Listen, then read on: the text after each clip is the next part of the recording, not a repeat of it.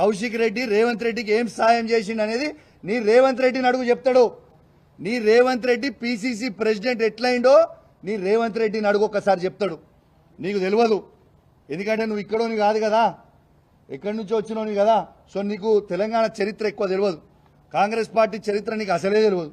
ఒక్కసారి నీ రేవంత్ రెడ్డిని పోయి ఒక్కసారి నువ్వు అడుగు, కౌశిక్ రెడ్డి నీకు ఏం సాయం చేసిండు పిసిసి ప్రెసిడెంట్ కావడానికి అనేది రేవంత్ రెడ్డిని అడుగు.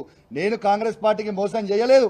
ఆనాడు రేవంత్ రెడ్డి గారు ఈటల రాజేందర్ గారికి 25 కోట్ల రూపాయలకి అమ్ముడు పోయింది. ఆ రోజు ఆయననే బాజాబ్తు ఏబిఎన్ ఛానల్లో ఇంటర్వ్యూ ఇచ్చి కాంగ్రెస్ పార్టీ అధ్యక్షుడు ఉండుకుంటూ, మీరు రికార్డ్స్ తీయండి, కాంగ్రెస్ పార్టీ అధ్యక్షుడు ఉండుకుంటూ ఏబిఎన్ ఇంటర్వ్యూలో బీజేపీ క్యాండిడేట్ అయిన ఈటల రాజేందర్ గెలుస్తాడని ఆ రోజు రేవంత్ రెడ్డి గారు చెప్పిర్రు.